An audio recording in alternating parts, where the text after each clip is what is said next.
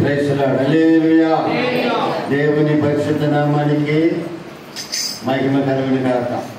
ఆశీర్వదించబడిన ఈ 25వ సంవత్సరంలో 6వ మాసమైన జూన్ మాసము 15వ తేదీ ఈ పరిశుద్ధమైన దినాన శ్రమ కలిగిన దేవాది దేవుని స్తుతించడానికి, ఆరాధించడానికి, ఆయన పరిశుద్ధమైన పాద సన్నిధానంలో ఆయన మాట వినడానికి గురించిన దేవుని బిడ్డలు అందరికీ కూడా నా హృదయపూర్వకమైన వందనాలు. ఎంతోమంది ఈ సమయాన్ని ఈరోజు మీరు చూడని వారు ఉన్నారు.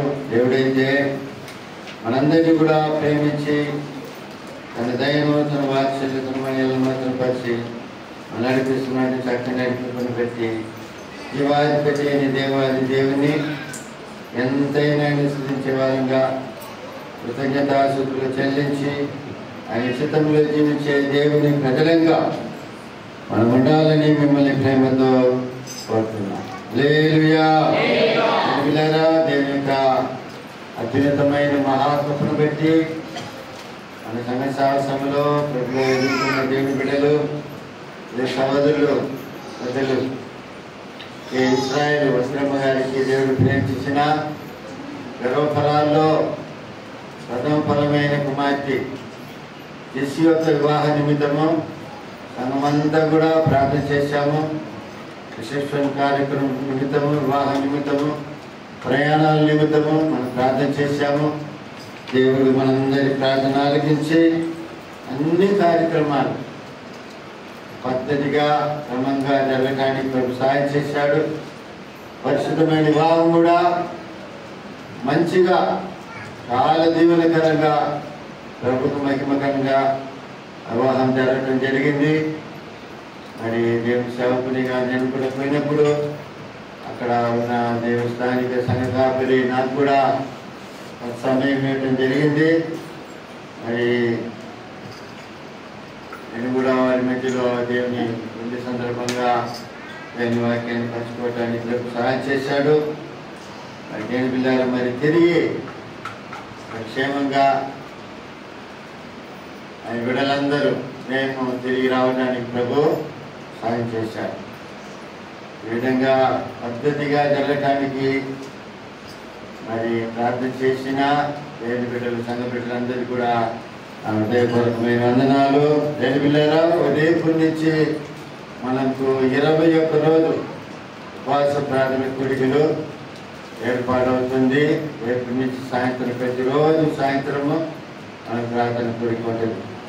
వచ్చే నెల 6వ తేదీ ఆ బల్లాతో, పరిశుద్ధ బల్లాతో, మధ్యాహ్నం బల్లాతో ముగించబడుతుంది. కాబట్టి మీ విజ్ఞాపనలన్నీ కూడా తీసుకురండి, ప్రార్థన చేద్దాం. కుటుంబ కార్యాలు, ఎవరికైనా ఆరోగ్యం బాగలేకపోతే, ఏదైనా సమస్య ఉంటే, మరి ఏ విషయమైనా కూడా తీసుకొని రండి. దేవుని సముఖానికి అందరం కలిసి ప్రార్థన చేద్దాం. హల్లెలూయా. హల్లెలూయా. మిగిలారా ప్రార్థన చేయండి.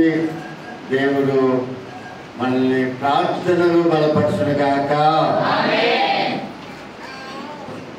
ఈరోజు సాయంత్రం మనకు యవనస్తుల కూడిక ఉంటుంది. యవనస్తులందరూ కూడా కలుసుకోనండి.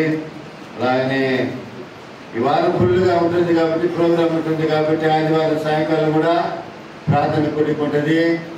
దీని గురించిన ప్రకటనలు ఉండవు. ఎందుకంటే ప్రతిరోజు వచ్చే నెల 6వ తేదీ వరకు, మధ్యాహ్నం వరకు ప్రతిరోజు ప్రార్థన ఉంటుంది. ఆదివారము ఆరాధన అయిపోయినా కూడా సాయంత్రము ప్రార్థన కూడిక ఉంటుంది. కాబట్టి గుర్తించండి, కలుసుకోనండి. దేవుని ఆశీర్వాదాలు పొందవలసిందిగా మిమ్మల్ని ప్రేమతో కోరుతున్నాం. హల్లెలూయా.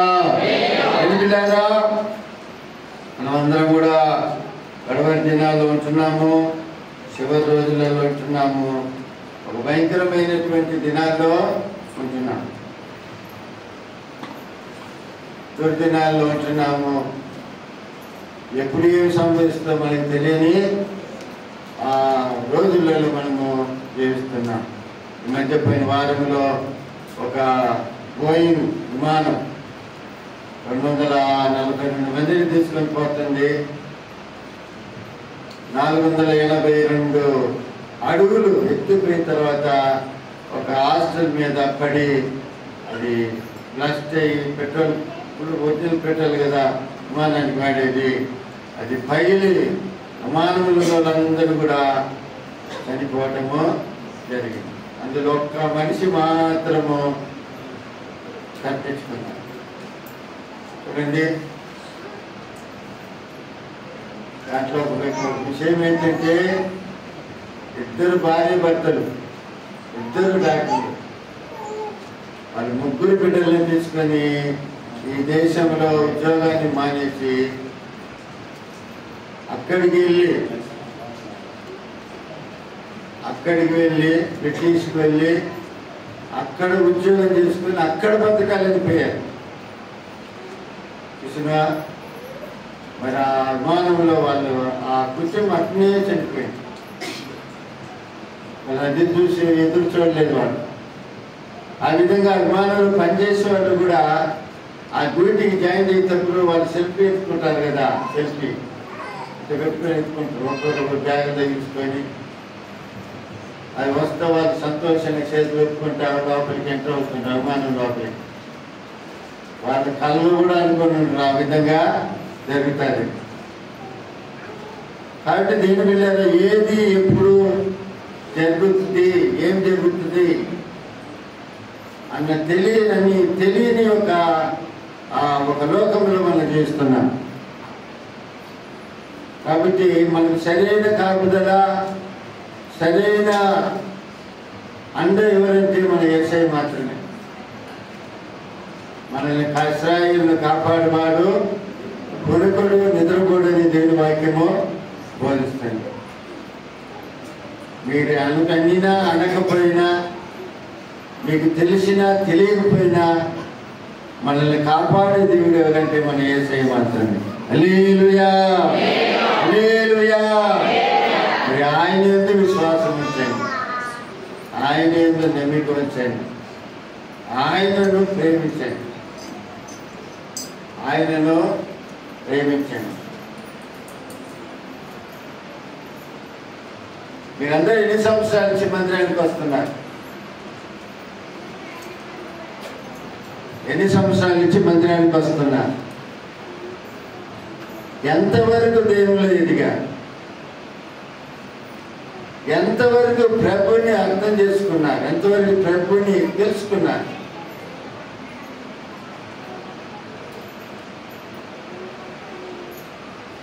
ఎంతవరకు ఆయన చిత్తంలో జీవిస్తున్నారు?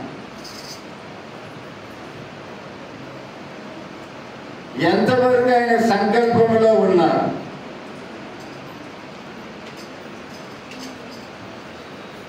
ఎంతవరకు ఆయన కొరకు నిలబడుతున్నారు? యేసయ్య కొరకు.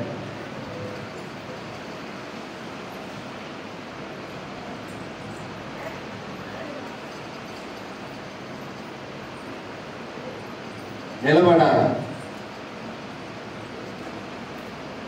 పరిశుద్ధ గ్రంథములో శత్రు మేషకి అభ్యర్థులు అనే వారు ఒక ముగ్గురు ఉండరు. యవనస్తులు వారు, పెళ్లి కూడా కాల యవనస్తులని రాయబడింది బైబిల్లో. ఆ రాజు, ఆ దేశపు రాజు, వాళ్ళ ఆల్రెడీలో బానిసలకు వచ్చిన దేశం అది, బబులోను దేశం. వాళ్ళ దేశం ఎక్కడంటే ఇశ్రాయేల్ దేశం. అక్కడి నుంచి చెరగా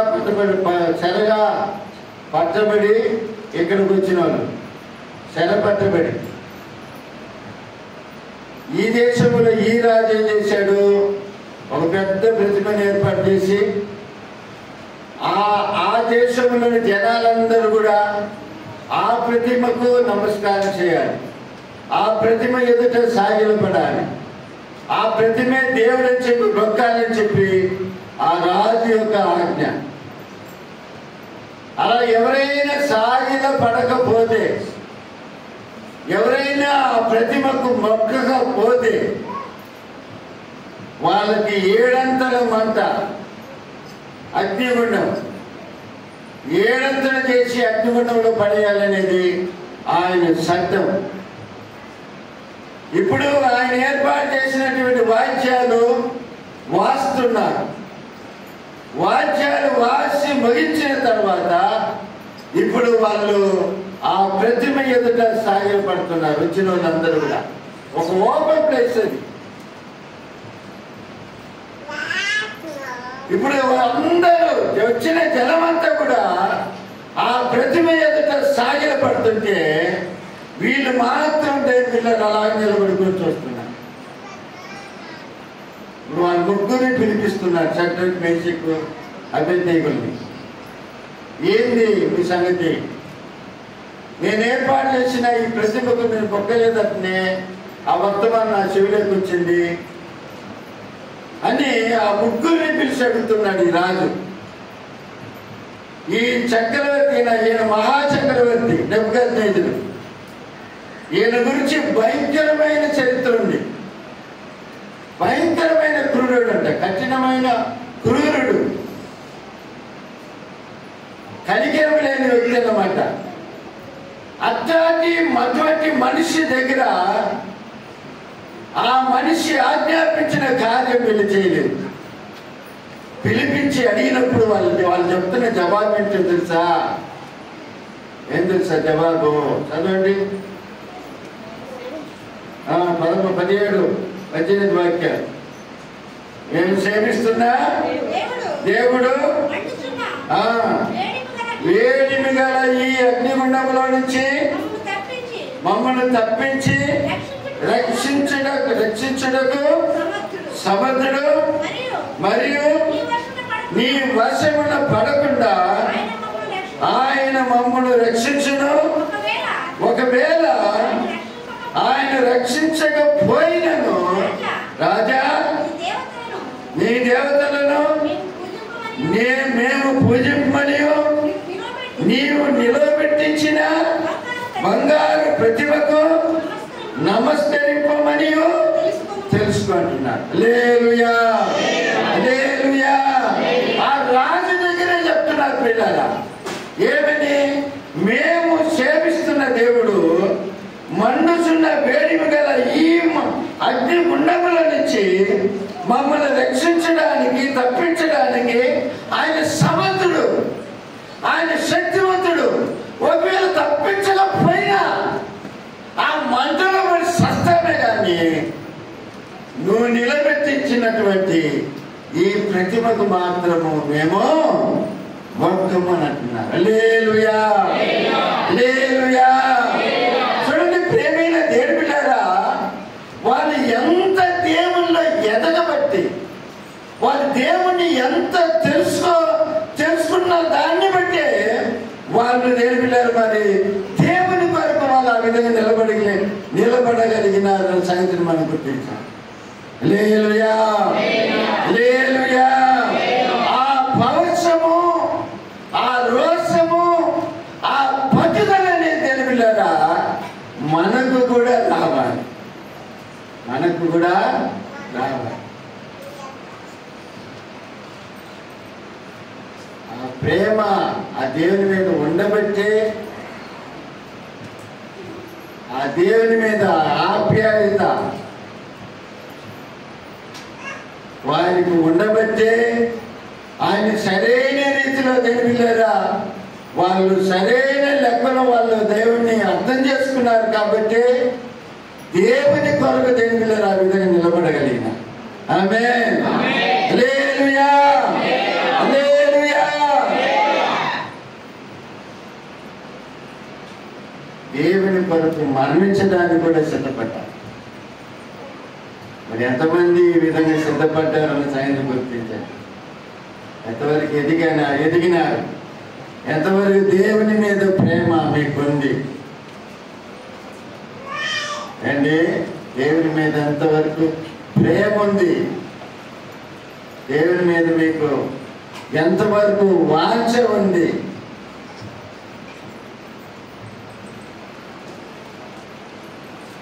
దేవుని కొరకు బ్రతకాలన్న ఒక వాంఛ ఉందా?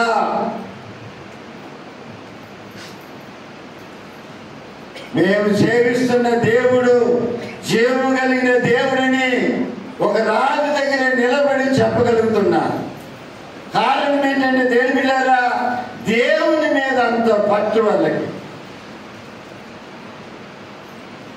మనకుందా లేదన్న సంగతి పరీక్ష చేసుకోవాలి. ప్రేమ ఉంటే ఏదైనా త్యాగం చేస్తుంది. ప్రేమ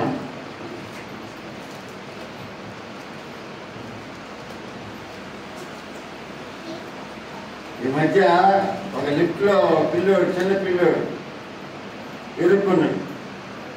లోపలికి వెళ్ళి ఏదో నొక్కిండు, లాక్ అయిపోయింది.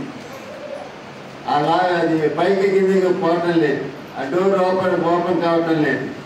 అలాగనే ఆగిపోయింది, ఉన్న స్థానంలో నిలబడిపోయింది. లోపల నుంచి కేకలేస్తాడు పిల్లోడు, చిన్న పిల్లోడు, అంతా ఒక 3.5-4 సంవత్సరాలు ఉంటుంది అనుకుంటా.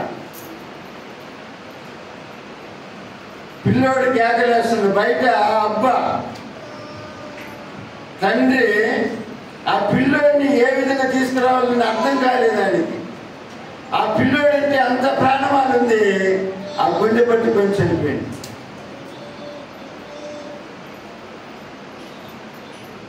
పిల్లోడేమో మెకానిక్ వచ్చి పిల్లోడేమో తిన్నాం కదా లిఫ్ట్ ఓపెన్ చేసి, ఆ డోర్ ఓపెన్ చేసి బయటకు తీసుకొచ్చాడు. అయితే ఆ పిల్లోడి మీద ఉన్న ప్రేమను బట్టి ఆ తండ్రి చనిపోయింది. అప్పుడు ఆ పిల్లోడి మీద ఎంత ప్రేమ ఉందో చూడండి అబ్బాయి మీద. నీ కొరకు నా కొరకు మరణించిన యేసు మీద మనకు కూడా అటువంటి ప్రేమ ఉండాలి. ఆమేన్. హల్లెలూయా, హల్లెలూయా. ఆరాధనే ఆరాధనే ఆరాధనే ఆరాధనే ఆరాధనే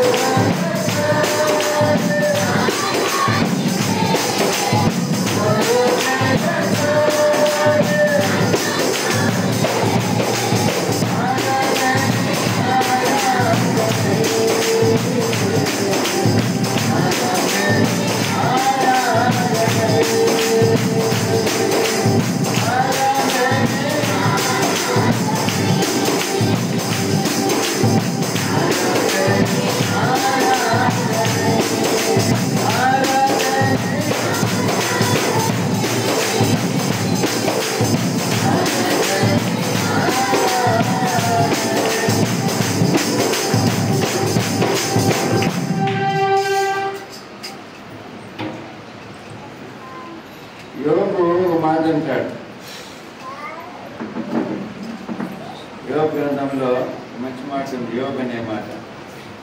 13వ అధ్యాయము యోగ గ్రంథం 15వ వచనం. ఇదిగో ఆయన నిన్ను చంపినా నేను ఆయన కొరకు కనిపెట్టుచున్నాను. తమిళ తెలుగులో ఉంది. తమిళ్ ఏమంటుందంటే నమ్మిక అయిపోయి அவரை கொண்டு போட்டாலும் அவர் மேல் నమ్మికగా అయిపోయి ఆయన తప్పినా ఆయన మీద ఉన్నటువంటి నమ్మకం నాలో నుంచి పోదు. ఆయనను చంపినా పర్వాలేదు. మరి ఎంతమందికి ఉంది ఆ మాట? ఎంతమంది చెప్పగలరు ఆ మాదిగా? బాగా పోతుంది బండి, కష్టం వచ్చింది,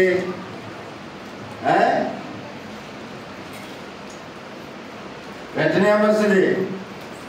ఏంది నాయన ఇంత ఇంత గుడికి వస్తుంటుంది, ఇంత ప్రార్థన చేస్తుంటుంది, నాకా నువ్వు పెట్టాలి కష్టం, నాకా రావాలి బాధ అనే అవకాశాలు ఎన్నో రాకూడదు. ఏంటి ఆయన మీద ఉన్న విశ్వాసము నమ్మకం అనేది చాలా మందికి పోతా ఉంటుంది, తొలగిపోతూ ఉంటుంది. నా 32 సంవత్సరాల సేవలో నేను చేసిన జర్నీలో రాత్రి చేసిన జర్నీ ఎన్నడూ చేయలే.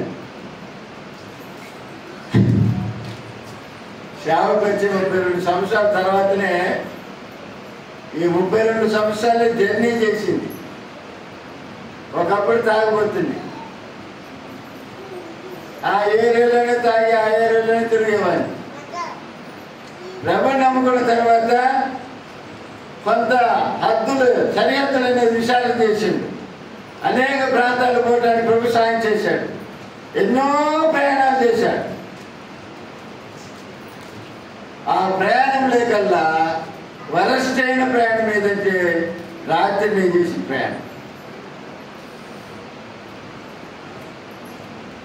బస్సులో రావచ్చు, ఆ బస్సు ఎప్పుడు ఎదుగుతుందో, ఏ టైంకి తీసుకొచ్చి పెడుతుంది. ఇక్కడ చెన్నైలో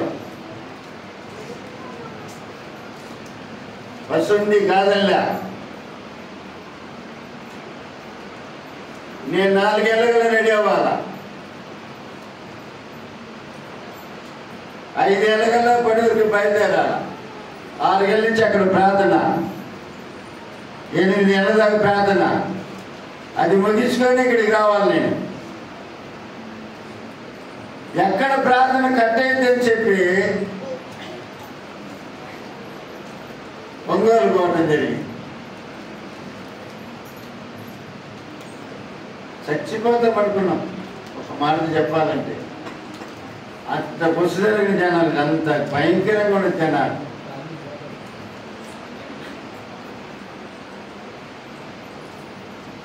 అయినా విసుగు రాలేదు. ఎందుకు రావాలంటే అంత రిస్క్ తీసుకొని రావాల్సిన అవసరం ఏంటంటే పరిచర్య, ఆయన పని. చాలా మంది రేపు ఆదివారము మా సంఘానికి ప్రార్థన వాక్యం చెప్పేసి పోదని చెప్పారు. చాలా మంది పిలిచారు. కొంతమంది పాస్టర్లు వచ్చారు, తెలిసిన పాస్టర్లు. మన దగ్గర వాళ్ళ అన్న కూడా మా అక్కడ ఎవరది దేవల పాటరాయా అడుండి వాక్యం చెప్పేసి రేపు పోదులు సాయంకాలం పోదులు అని అన్న. నాకు ఆడపరిచయం ఉంది, అది పోగొట్టుకుని నేను ఉంటున్నాను. ఎట్లా 2 సార్లు నేను ఉండాలా అని రావడం జరిగింది. మరి వచ్చింది ఆయన పరిచయం కదా, బయలుదేరి వచ్చింది. నా ప్రయాణాలు ఆయన బాగా చేయాలి కదా.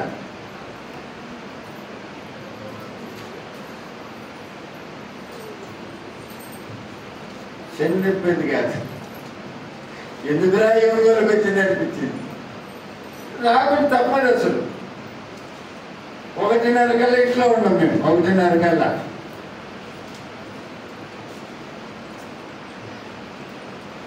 వేలు పడుకున్నా. మళ్ళీ 3:30 3:45 కల్లా లేచేసి ఇద్దరం మనవరాలు నేను వాళ్ళ కొరకలు పెడతాను. 2:05 గంటలకల్లా 4:55 కల్లా బండి తీసి బయలుదేరాను ఇక్కడి నుంచి. ఇది దేవుని పని. ఆకాశముకు భూమికి సృష్టికర్త అయినా దేవుని పని. ఆ దేవుడు నాకు రెట్టిమెంటే లేదు, చచ్చేంతవరకు సేవ చేయదు.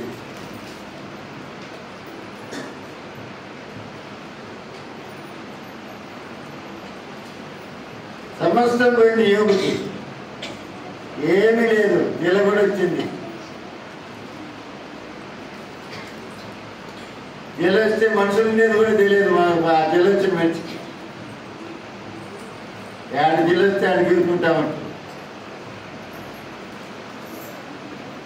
గోర్లు జాల యోగుకి గీరుకుంటుంటే జిల అనగల చెల్ల పెంకులు తీసుకున్నాడు. అంత పరిస్థితికి వచ్చిండు.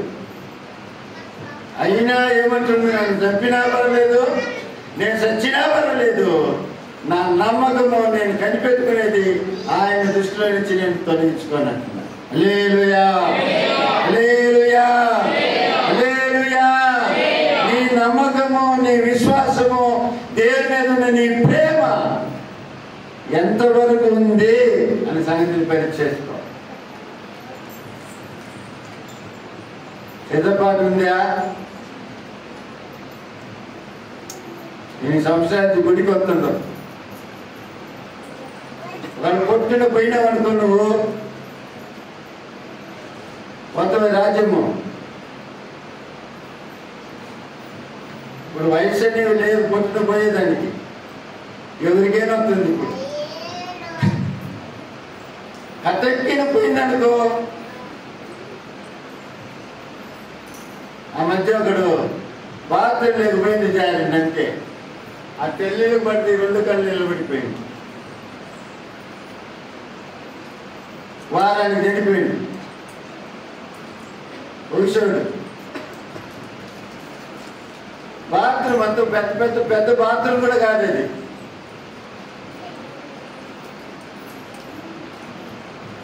గుడికొస్తున్నా నిజం. ఎంతవరకు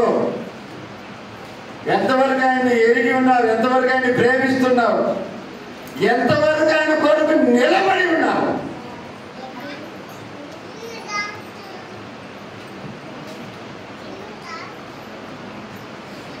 అన్న సంగతిని పరిచయం. హల్లెలూయా, హల్లెలూయా, హల్లెలూయా. ఓ భక్తుడు అంటాడు, అమ్ముకు భక్తుడు నాకేం లేకుండా పర్వాలేదు, నాకేం దొరకకుండా పర్వాలేదు,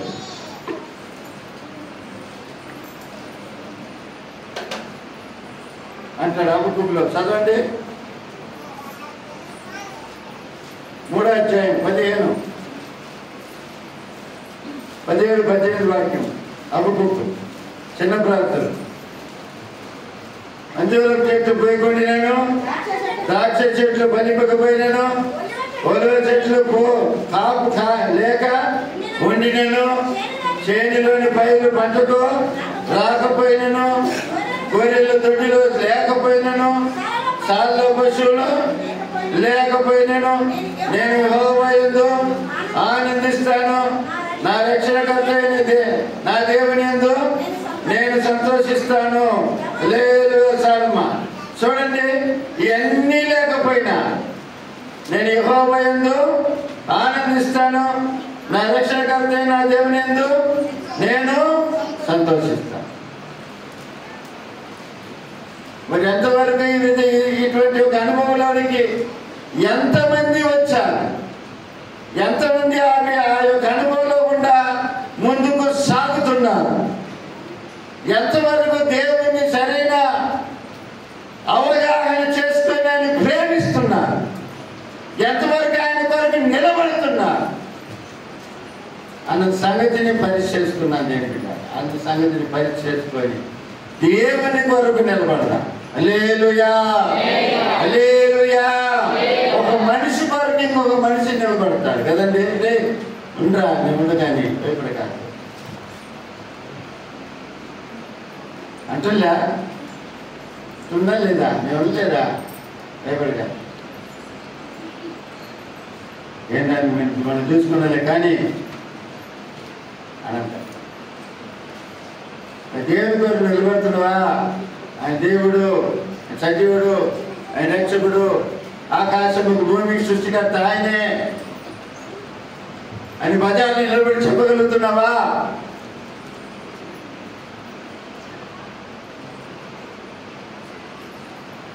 ఒక్క మాట ఆ వీధిలో నిలబడుకొని ప్రేమ ఉంటే ఆటోమేటిక్ నోరు కలుగుతుంది. ఆయన మీద ఆశ అనేది ఉంటే, ఆయన సరైన రీతిలో అర్థం చేసుకుని ఉంటే, ఆయనలో నువ్వు ఎదిగి ఉంటే, ఆయనలో నువ్వు బలపరచబడి ఉంటే ఖచ్చితంగా ఏడైనా నిలబడతావు. ఎవరినైనా ఒక మనిషిని తీసుకొని వస్తావు,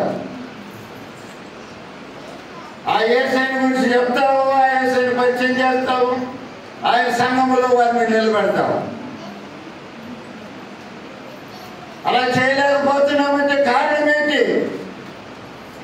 ఇంకా ఆయనలోనికి సరైన సంబంధం, సరైన నీకు ఆయనకు సరైన దిక్కు లేదని అర్థం.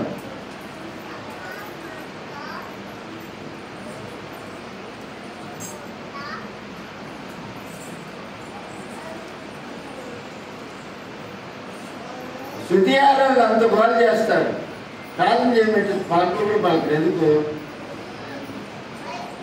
దేశమేత్తం రాయింది.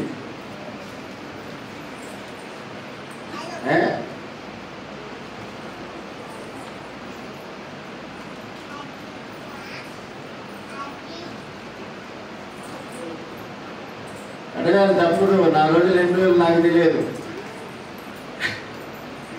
మోకాల గాడి బాసింది నిన్న పరిస్థితికి. కాళ్ళు 2 కాళ్ళు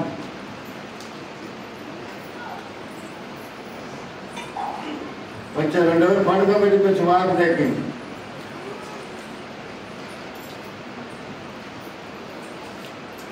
ఎప్పుడు పుట్టిన పోతానో ఉన్న 4 రోజులు దేని పని చేసుకోవాలా అంతే.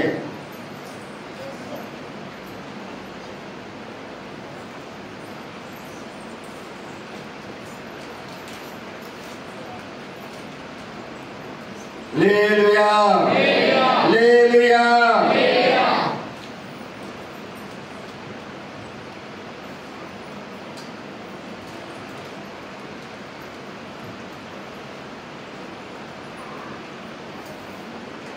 ఫిలిప్పీయులకు రాసిన పత్రిక అపోస్తలుడైన పౌలు అంటాడు, క్రీస్తు నాకు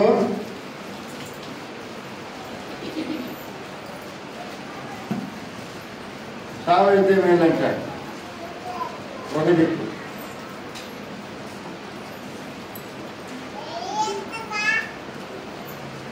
నా మటుకైతే బ్రతుకుట క్రీస్తు, సావైతే మేలంటాడు. మరి ఒక స్థలంలో ఏమంటాడు?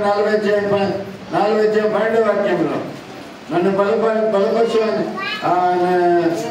లేని స్థితిలో నెరుగుతును, సంపన్న స్థితిలో ఉండనెరుగుతును, ప్రతి విషయంలోనూ అన్ని కార్యంలోనూ కడుపు నిండి ఉండుటకును, ఆకలి కొని ఉండుటకును, సమృద్ధి కలిగి ఉండుటకును, లేమిలో ఉండుటకును నేర్చుకొని ఉన్నాను.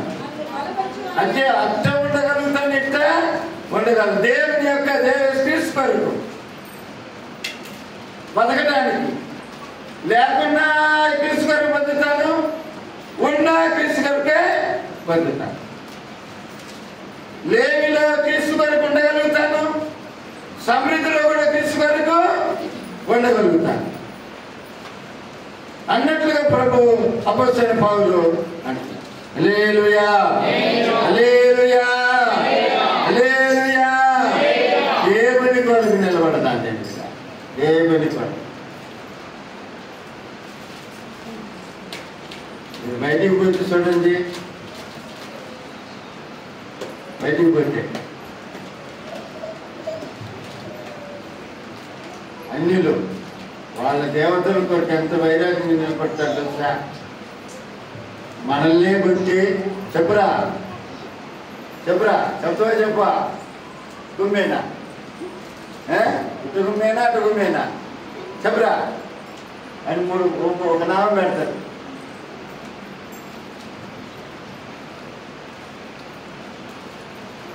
ఈ మధ్య ఇద్దరు ఆడపిల్లలు వీధిలో ప్రసంగం చేసినందుకు అరెస్ట్ చేశారు. యూపీలో 6 నెలల జైల్లో వచ్చింది. క్రీస్తు కొరకు. హల్లెలూయా, హల్లెలూయా. మీరేమో ఇంట్లో గుడిలో కూర్చొని మంగళం పాడుతుంది. 20 సంవత్సరానికి గుడికి వస్తున్నట్టే 10 సంవత్సరాలు 20 సంవత్సరాల నుంచి గుడికి వస్తున్నామంట.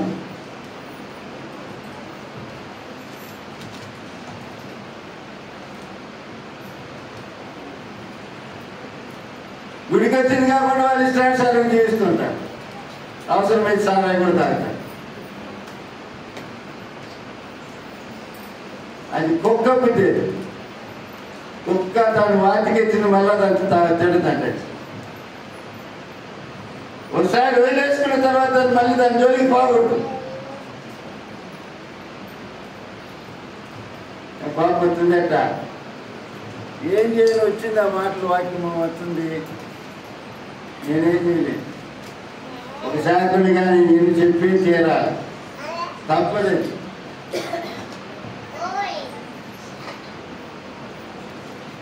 ఎంతమంది ఎన్నో కార్యాలకి ఏడేం భక్తి బయటికి పోయిన తర్వాత వేరొక భక్తి. కొంతమందికి సీరియల్ భక్తి, కొంతమంది సినిమాల భక్తి. అట్లా నేను కూడా కొంచెం ఎగదలు ఆడుతున్నాను. ఎందుకంటే మీరు నాకు కొంచెం దగ్గరగా ఉండాలి, కొంచెం సోషల్గా ఉండాలి. మీకు అన్ని కొంచెం డివైడ్ చేసుకుంటే మీకు నాకు ఎడబాటు వస్తుంది. అందుకంటే మధ్యలో ఏదో ఒకటి మాట్లాడుతుంటాం. ఏంటంటే పర్లేదు, ఫస్ట్ మనతో కలిసి ఉండు, ఫ్రీగా ఉండు అని మీకు ఆ యొక్క తలపు రావాలనే ఉద్దేశంతో.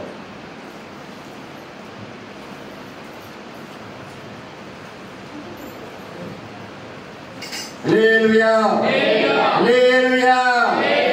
పిల్లరా, చివరి రోజుల్లో ఉన్నాం, భయంకరమైన దినాల్లో ఉన్నాం. ఎప్పుడు ఎగిరిపోతామో మనకి తెలియదు. ఎప్పుడు ఏ సమయం ఏ జరుగుతుందో మనకు తెలియదు. మనం తినే తిండి, మనం ఉపయోగించే ప్రతిది కూడా మన శరీరానికి కీడు కలిగించే అన్న సంగతిని గుర్తుపెట్టుకోండి. మనం తినే తిండి, మనం వాడుకునే ప్రతిది కూడా మన శరీరానికి హాని కలిగించేదన్న సంగతిని గుర్తుపెట్టుకోండి. ఒకప్పుడు బలం ఇస్తున్నాడు, ఒకప్పుడు మన పెద్దల కాలంలో. ఇప్పుడు అంతా మందుతోనే పండుతుంది. ఆ పంటను మనం తిని మళ్ళీ మందు తినాలి. ఏంటంటే గ్యాస్ ట్రబుల్, ఏంటంటే షుగర్, ఏంటంటే బీపీ, ఏంటంటే థైరాయిడ్. ఏ రాయుడు?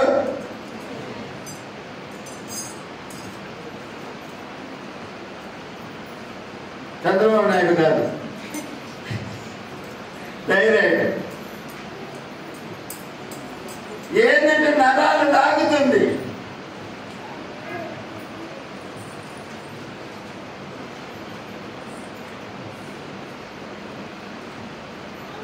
ఏంటంటే ఉపవాసం.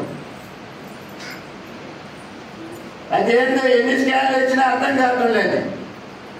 ఏంటంటే తిండి.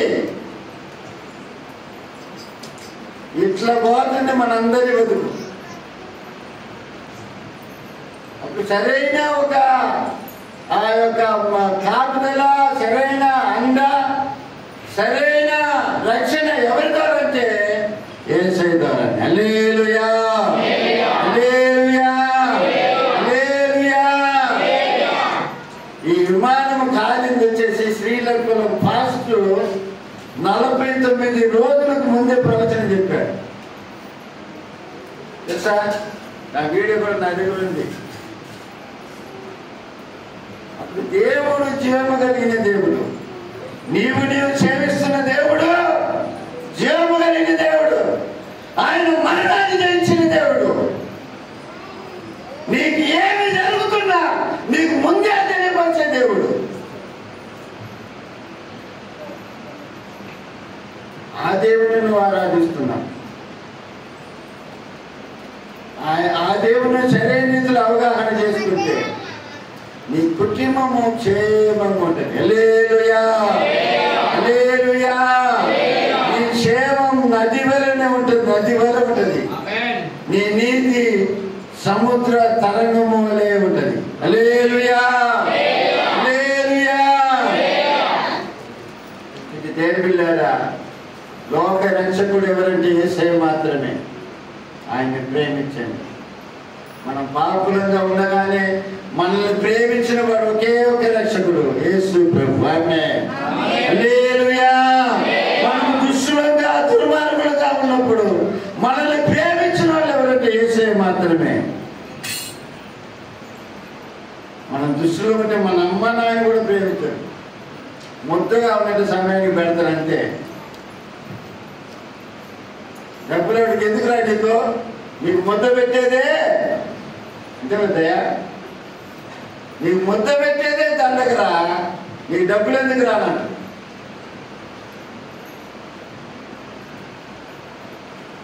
మనం అప్పుడు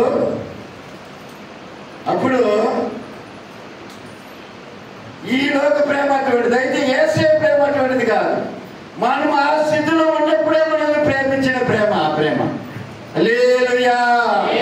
తాగుబోతుగా ఉన్న నన్ను ప్రేమించిన ప్రేమ, నన్ను రక్షించుకున్న ప్రేమ, ఆ ప్రేమను ప్రకటించమని చెప్పిన ప్రేమ.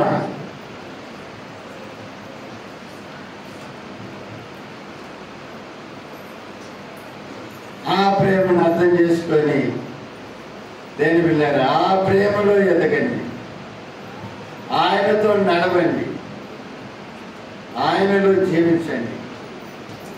ఆయన ఈ లోకములో నీకు క్షేమాన్ని ఇస్తాడు. మన కాల నిర్ణయం తర్వాత ఆయన రాజ్యానికి మనల్ని తీసుకొని పోతాడు. ఆమేన్.